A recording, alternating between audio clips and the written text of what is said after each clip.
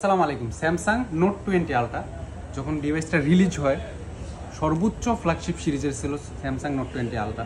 এর সিরিজেরটা কম্পারিজন করলে note 20 ultra ওই সময়ের ফ্ল্যাগশিপ সিরিজের একটা ডিভাইসটার 12 GB র্যাম, 128 GB স্টোরেজ, একদম লুক লাইক ব্র্যান্ড নিউ কন্ডিশনে আছে, কোনো ধরনের দাগ স্ক্র্যাচ পাবেন না, ফুল ফ্রেশ।